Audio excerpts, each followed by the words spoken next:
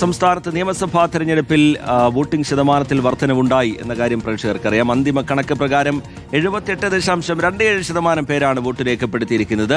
തീവ്ര വോട്ടർ പട്ടിക പരിഷ്കരണത്തിന് ശേഷം സംസ്ഥാനത്ത് ആദ്യമായി നടന്ന നിയമസഭാ തെരഞ്ഞെടുപ്പിൽ ഫലം ആർക്കനുകൂലമാകും എന്ന ആകാംക്ഷയിലാണ് എല്ലാവരും. മെയ് 4-നാണ് വോട്ടെണ്ണൽ. ടി വി പ്രസാദുണ്ട് വിശദാംശങ്ങൾ നൽകാൻ. Good morning Prasad. അങ്ങനെ 3 ആഴ്ച നീണ്ട പ്രചാരണത്തിനൊടുവിൽ ഇന്നലെ കേരളം പോളിംഗ് ബൂത്തിലേക്ക് എത്തി. വോട്ടിംഗ് ശതമാനം വർദ്ധിച്ചു എന്നുള്ളതാണ്. അതിൽ ഇപ്പോൾ അന്തിമ കണക്ക് 78.27%. എങ്ങനെയാണ് മുന്നണികളുടെ കണക്കുകൂട്ടൽ? Good morning Rejith. ശ്രുതി പറഞ്ഞതുപോലെ മുന്നണികളുടെ കണക്കുകൂട്ടൽ തുടരുകയാണ്. കൃത്യമായ ഒരു വിലയിരുത്തലിലേക്ക് എത്താൻ മുന്നണികൾക്ക് കഴിഞ്ഞിട്ടില്ല എന്നുള്ളതാണ്. പക്ഷേ അതാത് ബൂത്തുകളിൽ നിന്നുള്ള കണക്കെടുത്ത് അത് ഇന്നലെ വൈകിട്ടോടുകൂടി തന്നെ അതിൻ്റെ മേൽ കമ്മിറ്റികളിലേക്ക് എത്തും. അതങ്ങനെ തിരുവനന്തപുരത്ത് അവരുടെ പാർട്ടിയുടെ സംസ്ഥാന കമ്മിറ്റി ഓഫീസുകളിൽ അത് ക്രോഡീകരിക്കും. അതാണ് പാർട്ടികളുടെ സാധാരണ രീതി. അത് CPIM ആണ് വളരെ കൃത്യമായി അതാത് ദിവസം തന്നെ ചെയ്യുന്നത്. ഇന്ന് തന്നെ ഏതാണ്ട് അവർക്ക് ഇത് സംബന്ധിച്ചുള്ള സൂചനകൾ കിട്ടുകയും ചെയ്യും. ചില ഘട്ടങ്ങളിലെല്ലാം അവരുടെ ഉൾപ്പെടെ കണക്കുകൾ പിഴച്ചിട്ടുണ്ടെങ്കിലും ഏതാണ്ട് ഒരു ട്രെൻഡ് മനസ്സിലാക്കാൻ കഴിയും എന്നുള്ളതാണ്.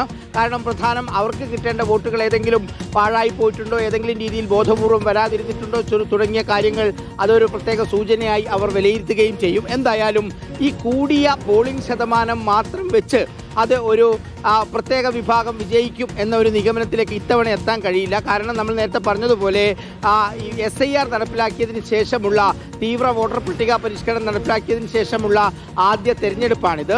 കാരണം അങ്ങനെ നടപ്പിലാക്കിയ സമയത്ത് നിരവധി പേർ നേരത്തെ ഒരുപാട് കാലമായി വോട്ട് ചെയ്യാത്തവർ, അതുപോലെ തന്നെ പ്രവാസികളായിട്ടുള്ളവർ, ഇരട്ട വോട്ടുള്ളവർ, മരണമടഞ്ഞവർ, അങ്ങനെയുള്ളവരുടെ എല്ലാം പേരുകൾ ഈ വോട്ടർ പട്ടികയിൽ നിന്ന് നീക്കം ചെയ്തുകൊണ്ട് തന്നെ പരമാവധി ആളുകൾ വന്ന് വോട്ട് ചെയ്തതാണ് വോട്ടിംഗ് ശതമാനം ഉയരാനുള്ള കാരണമായ ഒരു വിഭാഗം പറയുന്നത്. പക്ഷേ എന്നിരുന്നാലും സർക്കാരിനെതിരായ ഒരു ജനവികാരമുണ്ട് എന്ന വിലയിരുത്തൽ അത് UDFിനുണ്ട്. UDF വലിയ ആത്മവിശ്വാസം പങ്കുവയ്ക്കുന്നു. അതോടൊപ്പം തന്നെ സർക്കാരിനെതിരായ ഒരു വികാരവുമില്ല.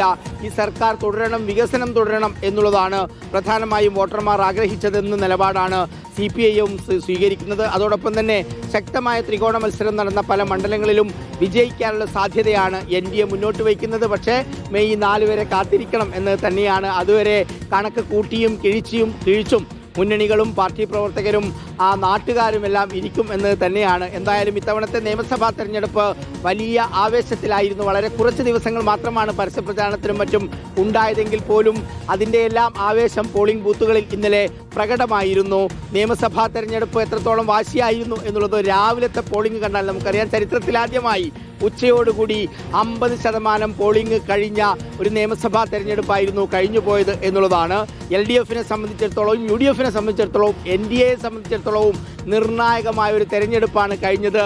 ഇനിയിപ്പോൾ മെയ് 4 വരെ കാത്തിരിക്കുക എന്നുള്ളത് തന്നെയാണ്. വോട്ടിംഗ് മെഷീനുകളെല്ലാം സ്ട്രോങ് റൂമിലേക്ക് കയറി കഴിഞ്ഞു.